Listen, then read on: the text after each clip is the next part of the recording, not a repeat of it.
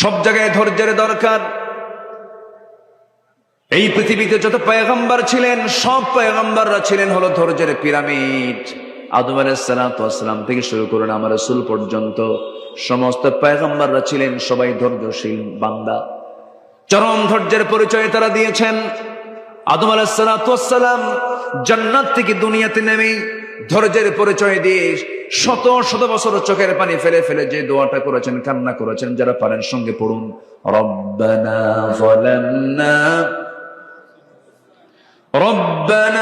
যালামনা আনফুসানা ওয়া ইল্লাম তাগফির লানা ওয়া তারহামনা লানাকুনান্না মিনাল খাসিরিন। জোরে বলুন আল্লাহু আকবার।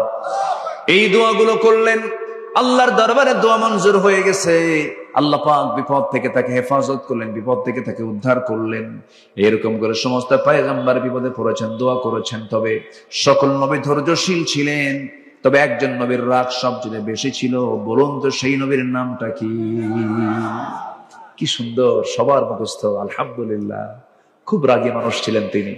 এত রাগ ছিল, তাফসীরে আসে যে তিনি যখন রেগে যেতেন, ক্ষেপে যেতেন, চুলগুলো খাড়া হয়ে টুপি ভেদ করে বের হয়ে যেত। এত রাগ ছিল তার ভিতরে, প্রচন্ড রাগী লোক ছিলেন। টোকা মারলি বারুদের মতো জ্বলতেন তিনি, এত রাগ ছিল তার ভিতরে। তার সামনে এক বেয়াদবি করছে, বারবার বলার পরও ঠিক হয় না, মারছেন থাপ্পড়। এক থাপ্পড় খায়া শীত হয়ে পড়ছে, মরছে। মরে যাওয়ার সঙ্গে সঙ্গে আল্লাহকে বলে, আল্লাহ মাল্লাম ওকে শাসন করার জন্য মরে গেল, মার্ডার কেসের আসামি কিন্তু আমি না, তুমি আল্লাহ নিজে। কি কথা কি বুঝতেছে? আল্লাহকে ধরে বসলেন। আল্লাহ বলছেন, যা করছো করছো, হয়ে গেছে, এখন তুমি দেশে টিকতে পারবা না। ফেরাউন তোমার বিরুদ্ধে হত্যার হুলিয়া জারি করেছে, দেশ ছাড়ো। দেশ ছাড়লেন, দেশে টিকতেই পারলেন। নবীরা কি দেশে টিকতে পারছেন?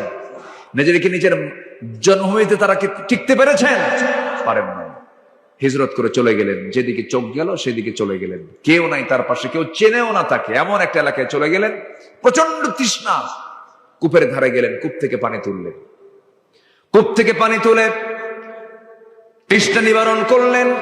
হঠাৎ করে দেখতে পারলেন দুজন দূর থেকে দুজন মহিলা হাতে বালতি করে চলে আসতেছে কূপের ধারের দিকে।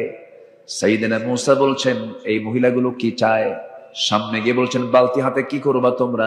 দাঁড়ায় আছো কেন? কূপ থেকে পানি নেব, নিয়ে যাও। পারবো না কেন? ঢাকনা উপরে আছে, ঢাকনা টান দিতে 7-8 জন পুরুষ মানুষ লাগে, আমরা পারবো না। মূসা আলাইহিস সালাম মনে মনে ভাবলেন, বেচারি মহিলা মানুষ, কষ্ট হয়ে যাবে, সন্ধ্যা অন্ধকার হয়ে যাবে। বালতি হাতের মধ্যে নিয়ে ঢাকনার কাছে গেলেন, কূপের ধারে গেলেন, বাম হাতে ধরলেন, এক হাতে ধরে এমন জোরে ফিকা মারলেন, 14 হাত দূরে গিয়ে ছিটকে পড়লো। মহিলা দুইজন মনে মনে চিন্তা করছে, এটা মানুষ না অন্য কিছু। এত বড় শক্তিশালী যুবক এ তো কোনোদিন দেখি নাই। বালতি ভরে পানি তুলে নিয়ে হাতি দিয়ে বলছেন, তাড়াতাড়ি বাড়িতে চলে যাও, সূর্যাস্তের পরে মেয়েদের বাইরে থাকতে নেই, তাড়াতাড়ি চলে যাও। চলে গেছে বাড়িতে। বৃদ্ধ পিতা এবার সন্তানদেরকে ডাক দিয়ে বলছে, আমার কলেজার টুকরা সন্তান, এত তাড়াতাড়ি কেমন করে আসলে? আগাব্বা, কবিয়ুন আজিজ, শক্তিশালী এক যুবকের সন্ধান কূপের ধারে পেয়েছি, খুব শক্তি রাখে, একাই সে আমাদেরকে সহযোগিতা করলো। বুড়া বাপ বলতেছে, আমার বড় মেয়ে, তুমি আগামীকালকে যাবে, আমার সালাম জানায় ওই যুবককে আমার সালাম জানায় বলবে, সে যেন আমার বাড়িতে আসে, আমার সঙ্গে যেন সাক্ষাৎ করে, আমি তার সঙ্গে দেখা করতে চাই। পরের দিন চলে আসছেন। এবার বলছে, আবুনা শাইখান কাবীর, আমাদের বাপ বুড়া মানুষ, আব্বা আপনাকে সালাম জানিয়েছেন, আমাদের বাড়িতে আপনার দাওয়াত, আপনি যাবেন নাকি? মূসা আলাইহিস সালাম মনে মনে চিন্তা করলেন, এই জায়গায় কেউ আমাকে চেনে না, আমিও কাউকে চিনি না, আমি একা একা কেমন করে চলবো? পরিচয় হলে তো ভালোই হয়। এবার বলছেন, আমি কেমন করে যাব? আমি তো বাড়ি চিনি না, আমি তো আপনাদের বাড়ির কোনো সন্ধানও জানি না। মহিলা বলছে, আপনার কোনো টেনশন নাই, আমি সামনে সামনে চলবো, আমাকে ফলো ফলো করে আপনি পিছে পিছে আসবেন। মূসা মনে মনে চিন্তা করছেন, আমি এমন তো পুরুষ নই, তুই মহিলা, তোর পিছে পিছে আমি থাকবো। তিনি একটু খেপে গেলেন, রেগে গেলেন, বলছেন, ও মহিলা, তুমি আমাকে কোন পুরুষ মনে করতেছো জানি না, আমি এমন পুরুষ নই যে মহিলার পিছে পিছে আমি দেখে দেখে ফলো ফলো করে যাব, তা না। আমি মূসা, আমি একজন পুরুষ মানুষ, আমি সামনে সামনে চলবো, পিছে পিছে আসবে তুমি। আমি শুধু ভুল করব যখন দুইটা শব্দ তোমার মুখে থাকবে, ডানে যদি যাই কিন্তু যেতে হবে বামে, তখন বলবো বাম আর ডান, বাম আর ডান, এর বাইরে একটা শব্দ তোর শোনা আমার জায়েজ নাই, খেয়াল রাখবি। আল্লাহু আকবার বলেন। মহিলা মনে মনে কয়, গতকালকে দেখলাম শক্তিশালী, আজকে দেখি চরিত্র ভালো, ছায়া থাকে না, এবং খুব পর্দার ব্যাপারে খুব কঠোর। মনে মনে পছন্দ, মনে মনে কি এটা পছন্দ হয়ে গেছে। যারা চরিত্রবতী নারী তাদের জন্য দুটো গুণ সম্পন্ন পুরুষকে তাদের পছন্দ। কটা গুণ সম্পন্ন? একটা হলো চরিত্রবান, একটা কি বলেন তো চরিত্রবান, আরেকটা হচ্ছে শক্তিশালী, আরেকটা কি বলেন দৈহিক শক্তিশালী। সংসার করতে হলে শক্তির প্রয়োজন। এই দুটো গুণ থাকবে যার, একটা নারী তাকে পছন্দ করে। আর এখনকার মেয়েরা কি এগুলো পছন্দ করে? চরিত্র আগে দেখে। জানো এত সুন্দর স্মার্ট ছেলে, দুই হাঁটুর তলাটা ফাটা, দুই হাঁটু কি ফাটা, আর মাথার চুলগুলো ভাল্লুকের মতো, খুব ওভার স্মার্ট, মুখে দাড়ি পছন্দ না। এরকম মহিলা মনে হয় নাই? আসতে বলবেন না, আছে না নাই? মুখে দাড়িওয়ালা ছেলে বাপ নিয়ে আসছে, মেয়েকে আব্বা তোমার রুচি তো নাই, ও তো চাচা। ও কি দাড়ি রাখলে চাচা হয়ে যায়। মহিলা সামনে সামনে গেলেন, আল্লাহর পয়গম্বর তার পিছে পিছে যাচ্ছেন, কিন্তু নজর পিছে পিছে না গিয়ে তিনি মহিলার সামনে চলে গেলেন, আর পিছে পিছে মহিলা যাচ্ছে। বাস পৌঁছে গেলেন বাড়িতে। বাড়িতে পৌঁছার সঙ্গে সঙ্গেই সালাম দিয়ে ফেলেছেন।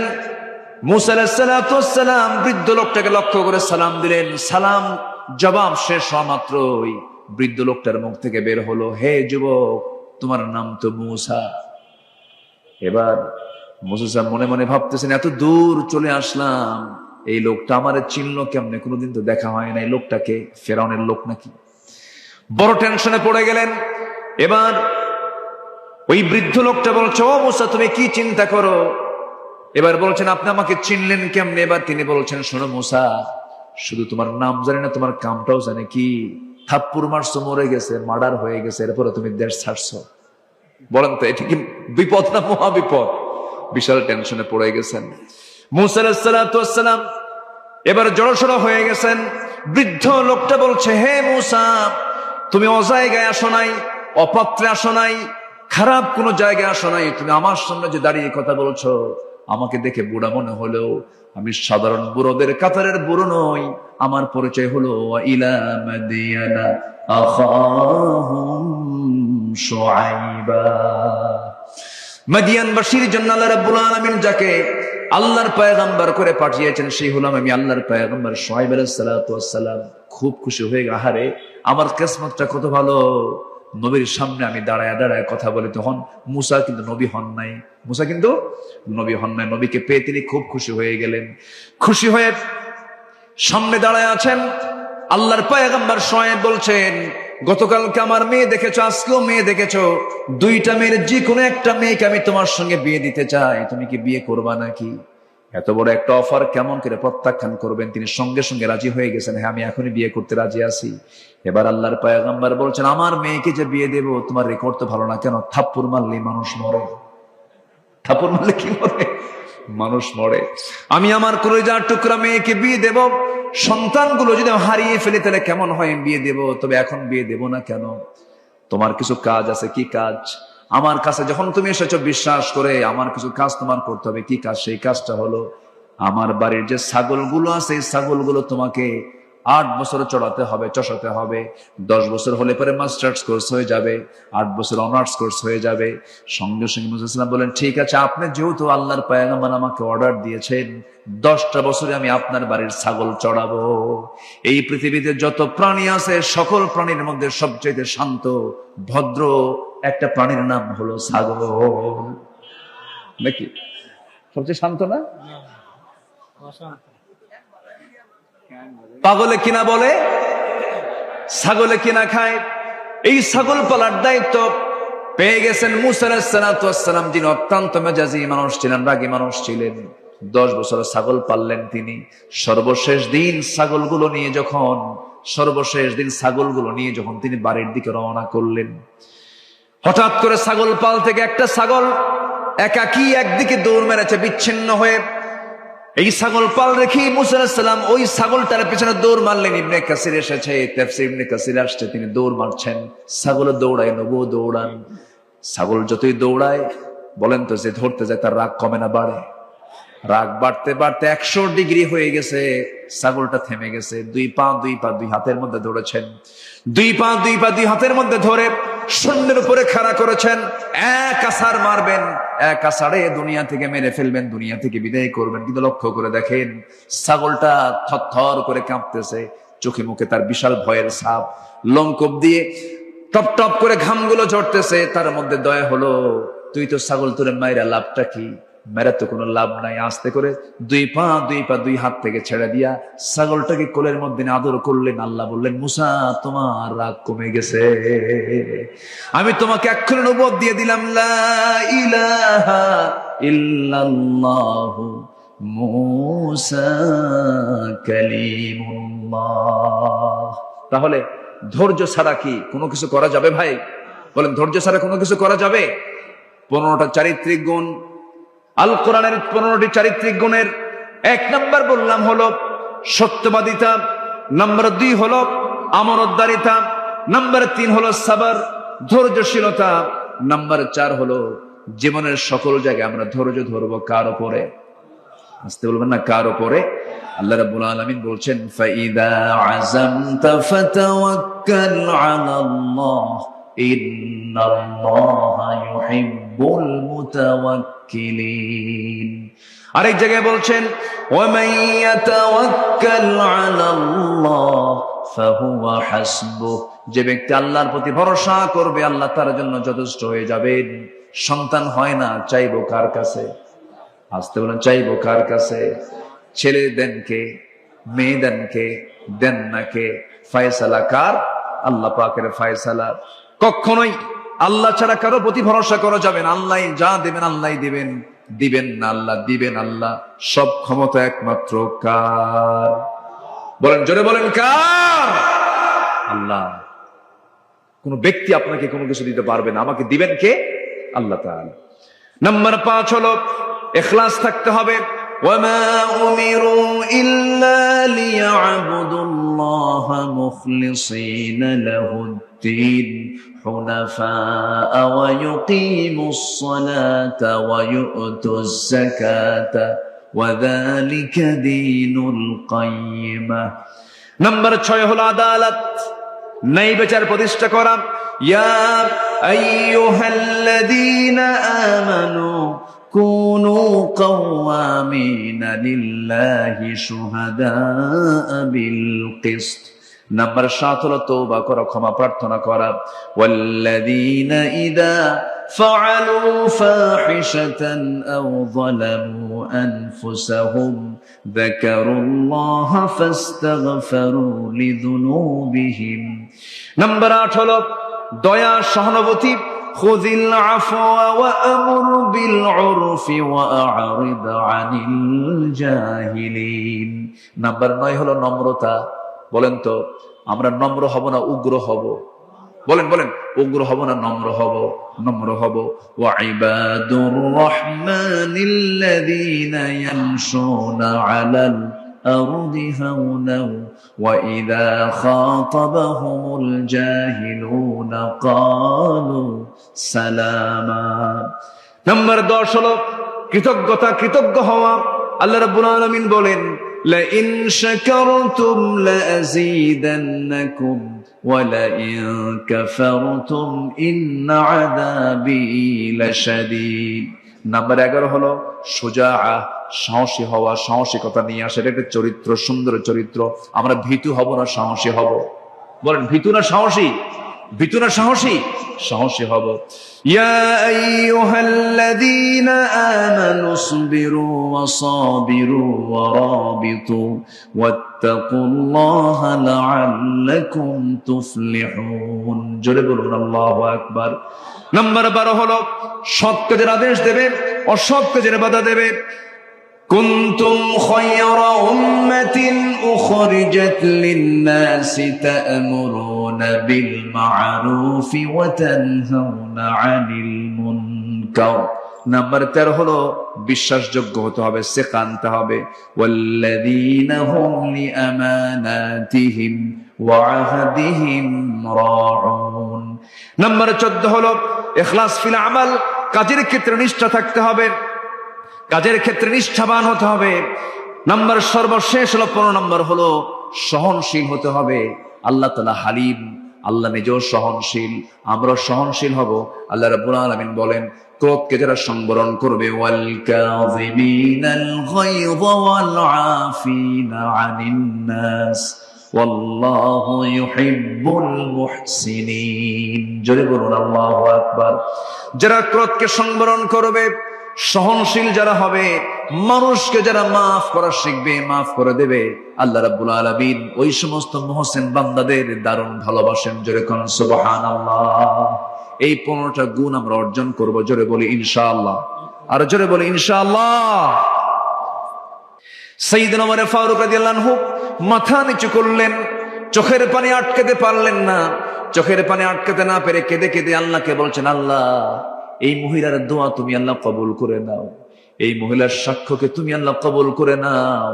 আমি গুনাহগার বান্দা, কিন্তু ওই মহিলা বলে আমি ভালো বান্দা। আল্লাহ তুমি এই বান্দির দোয়া তুমি আল্লাহ কবুল করো, চাওটাকে তুমি আল্লাহ কবুল করে নাও। এবার ওমর ফারুক বলছেন, মহিলা শোনো, ঠিক আছে আমি দোষ করেছি, মামলা দিবা ভালো কথা, কিন্তু তুমি গুনগুন করে গান গাও কেন? এর কারণটা কি? এত গভীর রাতে এত কিছু বোঝো, আমার এত দোষ ধরলা, কিন্তু গুনগুন করে গান গাচ্ছ কেন? কি কারণটা কি? এর হেতুটা কি? এর ব্যাখ্যাটা কি? এবার মহিলা বলছে, শুনুন, আজ থেকে 4 মাস পূর্বে আমার সঙ্গে বিয়ে হয়। আমার স্বামীর সঙ্গে মাত্র 3 থেকে 4 দিন 4 রাত আমি তার সঙ্গে ছিলাম। এই সহবাসের পরে আজকে 4 মাস গত হতে চলে, 4 মাস পার হয়ে গেছে। আমার স্বামীকে এই জনপদের খলিফা ওমর ফারুক রাদিয়াল্লাহু আনহুর লোকজন এসে আমার স্বামীকে সীমান্ত প্রহরায় নিয়োগ দিয়ে তাকে নিয়ে চলে যায়। আজকে 4টা মাস গত হতে চলে, আমার স্বামীকে দেখি না, তার সঙ্গে কোনো কথাবার্তাও হয় না। এই গভীর রাত্রিতে হঠাৎ করে আমার ঘুম ভেঙে গেল, ভিতরের স্বামীর প্রেম জাগ্রত হয়ে গেল। আমার বৈধ স্বামীকে পাওয়ার জন্য আমি গভীর রাত্রিতে গুনগুন গুনগুন করে গান গাচ্ছিলাম। সাইয়েদনা ওমর ফারুক মনে মনে চিন্তা করছেন, আহারে দোষ তো আরেকটা যোগ হয়ে গেছে। কি কথা কি বুঝতেছেন আপনারা? কথা বুঝতেছেন? একজন অর্ধ দুনিয়ার শাসনকর্তা জনগণের রায় নেবার জন্য কেমন করে আড়াল হয়ে জনগণের কাছ থেকে রায় নিয়ে আসতেন। ওমর ফারুক এবার বলছেন, মহিলা শোনো, তুমি কি আমাকে ছাড়বা না? কেন আমি ছাড়বো না? একটা প্রশ্ন করি। কি প্রশ্ন? কিন্তু ওমর ফারুকের কিন্তু কোনো দোষ ছিল না, কারণ তিনি একটা দেশের রাষ্ট্রপ্রধান। তিনি যে কোনো আসামিকে ধরার জন্য ঢুকতে পারেন কিনা বলেন? ঢুকতে পারেন কিনা বলেন? ঢুকতে পারেন। তিনি প্রশাসকদের প্রশাসক। সাইয়েদনা ওমর ফারুক রাদিয়াল্লাহু তাআলা আনহু সঙ্গে সঙ্গে বলছেন, ঠিক আছে, কিন্তু তুমি আমার বিরুদ্ধে যে মামলা দেবে, আমি তার আগে তোমাকে একটা প্রস্তাব করব। সেই প্রস্তাবটা হলো, তোমার যে কাঙ্ক্ষিত স্বামী আজকে 4 মাস যাবত তুমি তাকে দেখতে পাচ্ছ না, সেই স্বামীকে যদি আমি তোমাকে কাল সকালে সূর্য উদয়ের আগে যদি তোমার বাড়িতে যদি পৌঁছা দিতে পারি, তুমি কি আমার বিরুদ্ধে কোনো মামলা দিবা নাকি?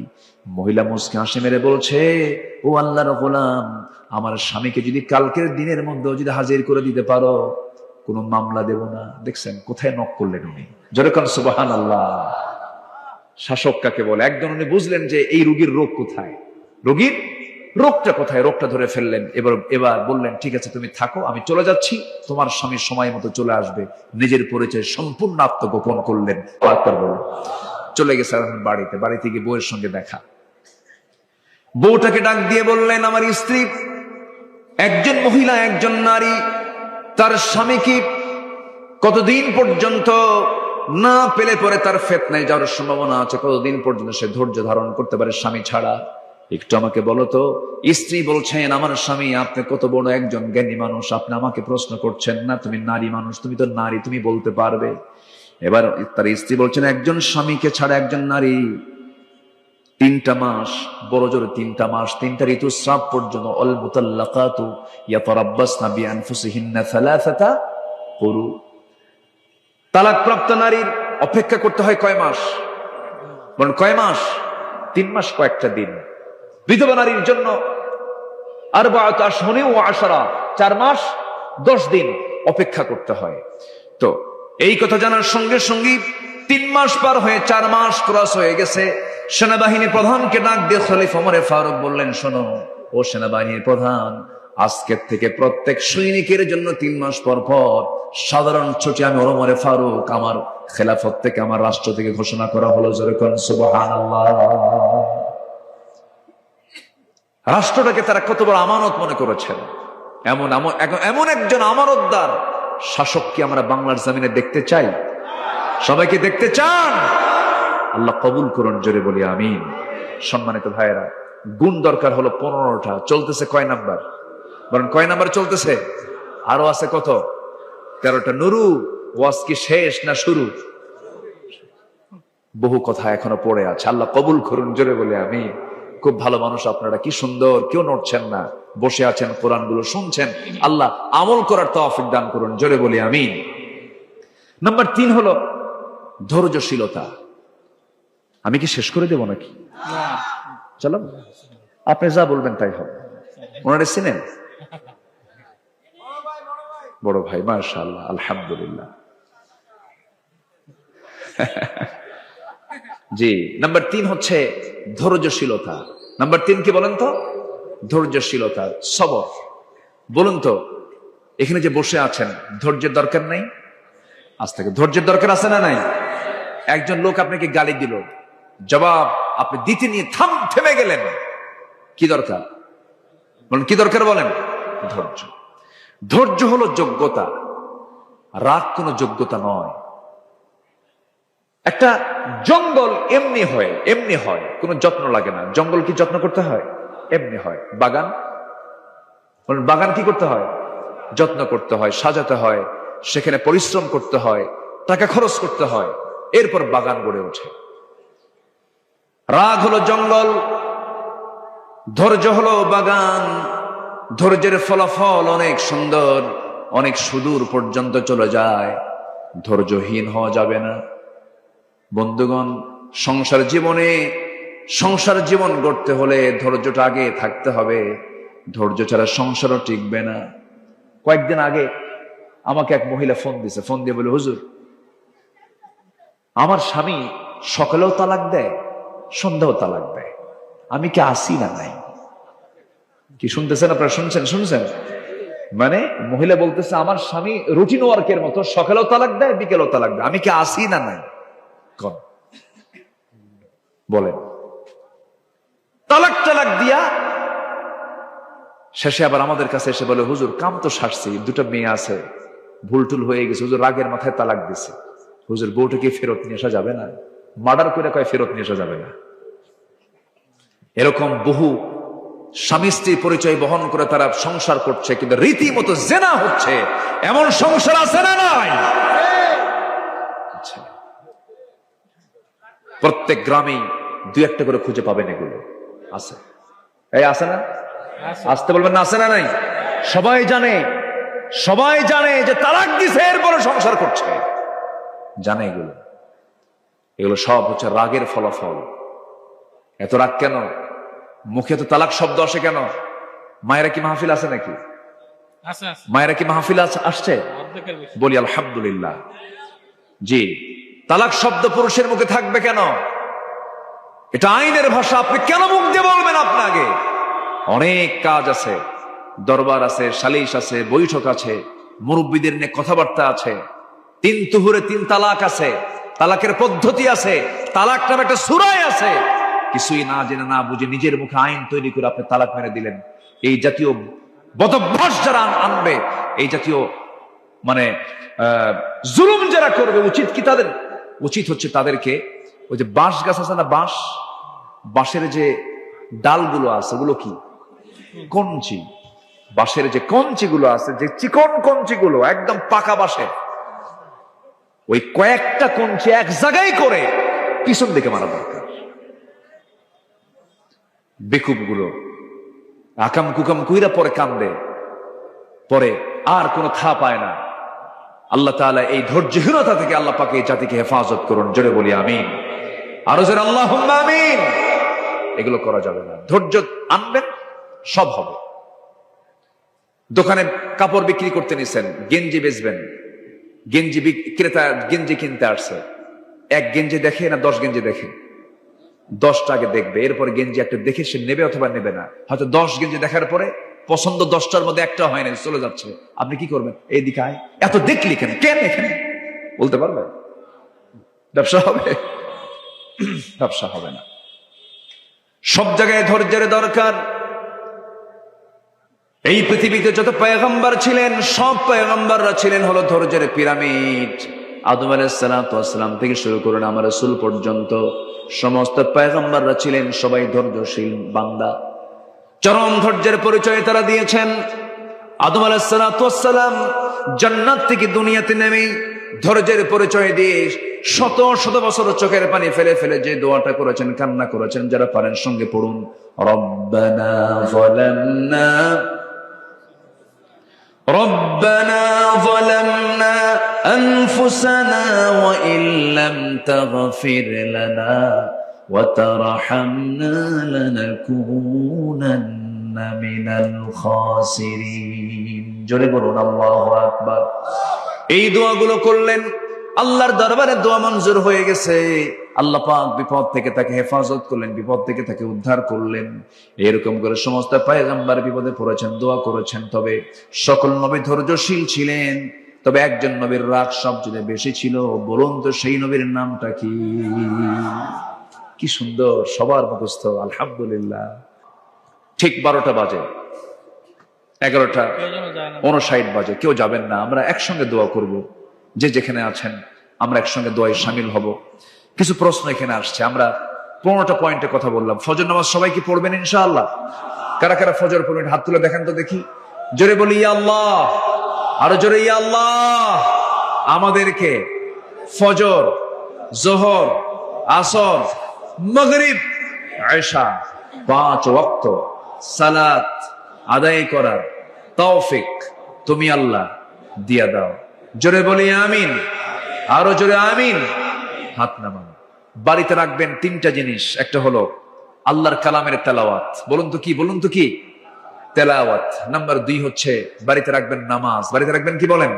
নামাজ। আরেকটা রাখবেন বাড়িতে হলো পর্দা। কি রাখবেন বলেন তো? পর্দা। তাহলে কোরআন তেলাওয়াত, তেলাওয়াত, নামাজ আর কি? পর্দা। পর্দা 16 আনা থাকতে হবে। খালাতো ভাই, মামাতো ভাই, চাচাতো ভাই, দুলা ভাই, এই সমস্ত ভাইদের সাথে কোনো বোন দেখা করতে পারবে না। দেবর, ভাসুর, দুলা ভাই দেখা করা জায়েজ নাই। এই সমস্ত কঠোর, এই সমস্ত মূল পর্দাগুলো আল্লাহ তাআলা এই এলাকার প্রত্যেকটা ঘরে ঘরে আল্লাহ পাক পয়দা করে দিন। জোরে বলি আল্লাহুম্মা আমিন। এই আশাবাদ কামনা করছি। আমি আর কথা না বাড়িয়ে দোয়ার দিকে আমরা চলে যাব ইনশাআল্লাহ। এখানে নোয়াখালীতে মসজিদে ইসলাম প্রিয় ভাইদের উপরে যে হামলা হয়েছে, নিরীহ ভাইদের হামলা নিয়ে আমরা মূল্যবান মতামত। এর তো মারাত্মক অপরাধ। আপনি শুধুমাত্র একজন মসজিদে কেন, মাদ্রাসায় কেন, বাইরেও যদি কেউ হামলা চালায়, এটা কি ইসলাম এলাও করে? বলেন তো, এলাও করে না। কোরআন তেলাওয়াতের আসরে, কোরআনের দর্সের আসরে যারা হামলা চালায়, রক্তাক্ত করে, তাদের রক্তের মধ্যে ফিরআউনের রক্ত লুকানো আছে। আমরা মাহফিলের এই প্ল্যাটফর্ম থেকে নোয়াখালীর এই অপ্রীতিকর ঘটনার সঙ্গে যারা জড়িত, অবশ্যই তাদের দৃষ্টান্তমূলক শাস্তি আমরা দাবি করছি প্রশাসনের কাছে। সম্মানিত ভাইয়েরা, এইভাবে বিভিন্ন জায়গায় কিছু বিচ্ছিন্ন ঘটনা আমরা শুনতে পাচ্ছি। সম্প্রতি কোন এক মাহফিলে সরাসরি হামলা করা হয়েছে। আমার এক স্নেহধন্য, আমার অনুজ সাদিক আজহারির সেই প্রোগ্রামে কোন এক দলের লোকেরা নগ্ন হামলা চালিয়েছে। এই সমস্ত হামলার আমরা তীব্র নিন্দা জানাচ্ছি, এবং তীব্র নিন্দা শুধু নয়, এটার জন্য তদন্ত কমিটি করে চূড়ান্ত শাস্তি আমরা নিশ্চিত চাই। আমরা এমন অনাকাঙ্ক্ষিত ঘটনার আর পুনরাবৃত্তি যেন না হয়, এই দিকে আমরা সজাগ দৃষ্টি রাখি, আমরা নিজেরাও সতর্ক থাকার চেষ্টা করি। আল্লাহ রাব্বুল আলামিন আমাদের সবাইকে দ্বীন প্রতিষ্ঠার কাজে নিজেকে প্রস্তুত রাখার তৌফিক সবাইকে দান করুন। আমার ডান পাশে যিনি বসে আছেন, আমার ভাই জাহাঙ্গীর ভাই, আপনার গ্রামের নামটা কি জানো? কোদলাপাড়া। দারুল কোরআন হাফিজে একটা এতিমখানা তিনি চালু করেছেন কোদলাপাড়ায়। উনি এটার প্রতিষ্ঠাতা, ফাউন্ডার। সবাই দোয়া করবেন আমার প্রিয় ভাই জাহাঙ্গীর ভাইয়ের দারুল কোরআন হাফিজে এতিমখানা মাদ্রাসাকে আল্লাহ তাআলা কবুল করুন। দেশ জাতি গড়ার জন্য যে উদ্যোগ নিয়েছেন, এই উদ্যোগকে আমরা সাধুবাদ জানাই, এবং উত্তরোত্তর আমরা এই প্রতিষ্ঠানের উন্নতি, আমরা অগ্রগতি কামনা করছি। জি, আগামী 13ই ডিসেম্বর একটা মাহফিল সেখানে উনি নিয়েছেন, সেখানে আমির হামজা উনি সেখানে থাকবেন। সবাই সেখানে 13ই ডিসেম্বর তো বহুদূর, আপনাদের আগাম দাওয়াত দিলাম। জি, ইনশাআল্লাহ আসুন, আমরা যতটুকু হয়েছে আমরা বলে ফেলি আলহামদুলিল্লাহ। সবাই নামাজের মতো করে বসি, আমরা আল্লাহর কাছে একটু চাবো, আল্লাহ যেন আমাদের গুনাহগুলোকে মাফ করে দেন। আল্লাহুম্মা আমিন। রব্বানা যালামনা আনফুসানা ওয়া ইল্লাম তাগফির লানা ওয়া তারহামনা لنكونن من الخاسرين لا تزغ قلوبنا بعد إذ هديتنا وهب لنا من لدنك رحمة إنك أنت الوهاب অনেক রাত হয়ে গেছে, গভীর রাত, নিঝুম রাত। যশোর জেলার মনিরামপুরের নওপাড়া যুব সমাজ মাহফিল ইন্তেজামিয়া কমিটি কর্তৃক আয়োজিত আজকের এই মাহফিলের শেষ সময়ে এসে, শেষ লগনে এসে, শেষান্তে এসে তোমার শাহী দরবারে কাঙ্গাল ফিকারির মতো দুটো হাত পেতেছি। আল্লাহ, গুনার দিকে নজর দিও না, বান্দা মনে করে তামাম জীবনের সমস্ত গুনাহগুলোকে মেহেরবানি করে মাফ করে দাও। জনম দুঃখিনী মা, জনম দুঃখী বাপ জান যারা দুনিয়া থেকে বিদায় নিয়েছেন, জিন্দেগির গুনাহগুলো মাফ করে দাও, কবরগুলোকে জান্নাতের টুকরা বানায় দাও। আব্বা আম্মার জন্য কি দোয়া করতে তাও শিখিয়ে দিয়েছো।